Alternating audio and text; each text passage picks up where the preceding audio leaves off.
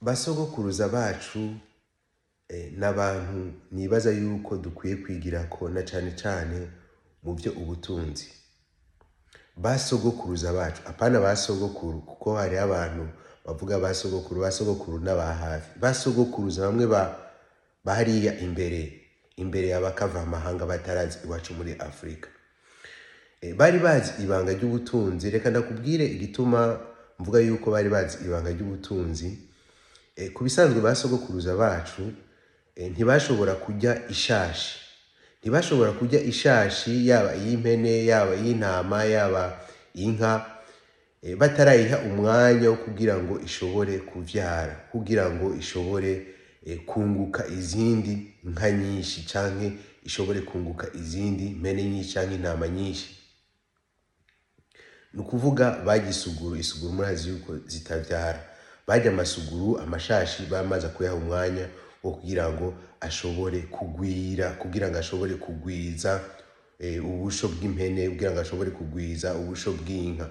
Nukuvuga iri nibanga rikomeye cane, nibanga rikomeye cane no kubwira. Mu bushakashatsi nakoze ivyo bintu nabibonye yuko basogokuruza bacu babigenderako, wari umuco kandi ntivyabonekera gusa mu mpene n'intama canke inka, ariko vyabonekera mu buzima bwabo bwa misi yose, mu buzima bwabo babamwo. Mbere no ku mbuto barabikora. Ibi rero ndiko ndabikubwira kuko uno musi abantu kubisanzwe usanga tutazi kuzigama amafaranga uno musi, kuko amafaranga n'impene bari batunze kiriya gihe canke inka bari batunze kiriya gihe basokuru nico kimwe, kuko umuntu iyo afise inka akagomba kwifuza ibindi bintu yarakeneye mu buzima bwiwe, yaragenda hama bakagira échange, agashobora kuronka vya bindi yaba abuze. Muravyumva yuko vyari ibintu bimeze nk'uno musi. Uno musi gusa nuko umengo abantu bo muri no misi ntidutahura ivyo turimwo, canke ntidutahura ubuzima turiko turacamwo uko bumeze, ariko nico kimwe, nta kintu cahindutse. Burya naho tuvuga ngo hari iterambere ngo ryabaye, ariko ngo haraje amateknoloji. Yego amateknoloji yaraje kumbure, ariko ku kintu c'amahera n'ama-échange usanga ata kintu kininiya cahindutse, vyagumye ari kwa kundi nyene.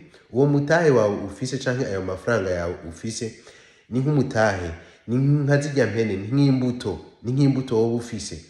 Iri n'irindi banga ndakubwiye, ni nk'imbuto wowe ufise uno musi. Nukuvuga yuko imbuto ugiye ukazitera agasanga ari imbuto nkeyi, ziravamwo amatoni n'amatoni y'ibiharage canke y'ibigori canke y'ibindi bintu. Muravyumva yuko ari ikintu gikomeye cane. Kumenya ino information ni ikintu gikomeye cane.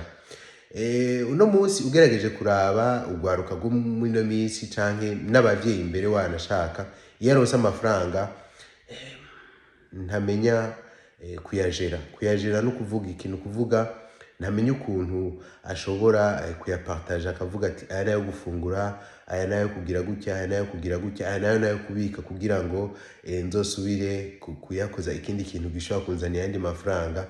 Kenshi iyo umujene aronse amafaranga arabona yuko nk'igihumbi c'amayero canke 2,000 vy'amayero yoshobora kubitwara akagura ya telefone yifuza, ya telefone ya nyuma igezweho. Hanyuma ibiza gukurikira mu nyuma yaho, naho aza kurara ubusa, uza gusanga ataco bimubwiye. Rero ugasanga arafashe amafaranga aragiye araguze za mpuzu zigezweho, hanyuma naho aza kuva muri irya magazin akagenda n'amaguru, ntaco biza kuba bimubwiye. Ariko ibi binyereka yuko ugwaruka rwo muri no misi ukuntu rufata ubutunzi canke rukoresha amafaranga, kubisanzwe nukutamenya amabanga amwe, nukutamenya amabanga y'ubutunzi, nukutamenya ubutunzi ukuntu bumeze, nukutamenya ukuntu ubutunzi ushobora kubugwiza. Kuko gufata amafaranga yose ufise hanyuma ugaca uyagura ca kintu kimwe wifuza, ugasanga ntiwahaye umwanya wo kugira ngo ashobore kugwira, ni nko gufata impene zawe ukazirya, canke ni nko gufata inka zawe ukazirya, ni nko gufata ibintu byose utunze ukabirya. Ugasanga rero bino bintu, kutamenya amabanga amwe, kutamenya ukuntu umuntu ashobora kuzigama ubutunzi, bikugumije mu bukene, bikugumije muri ya sirikwi nyene, ukikangura ubona amafaranga yama aca mu ntoki iwawe, yama aca mu ntoki iwawe, ariko wagerageza kuraba ubuzima bwawe ukabona vy'ukuri ubuzima bwawe umengo ntaho buriko buraja, ukamenga ubuzima bwawe ntaho buriko burava. Rero nimba wifuza gutunga, kandi ni vyiza, abantu bose bifuza gutunga, abantu bose bifuza kubaho neza.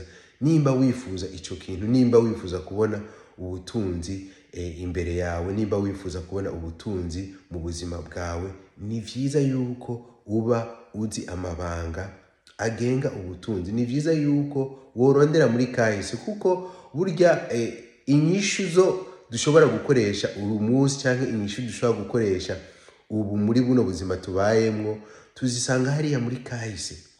Turagenda hariya muri kahise tugacukura, tukarondera, tukagira ubushakashatsi, hanyuma tugashobora gutora inyishu. Utagiye muri kahise ntushobora gutora inyishu. Burya nama ambwira abantu, kahise gategura kazoza. Ni vyiza rero natwe yuko turasubira muri kahise kugira ngo dutoremwo ya makuru meza ashobora kudufasha kugira ngo dushobore kuzogira kazoza keza.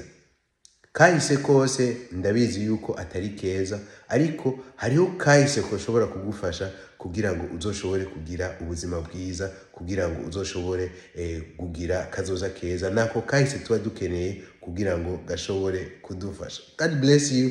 See you in next video.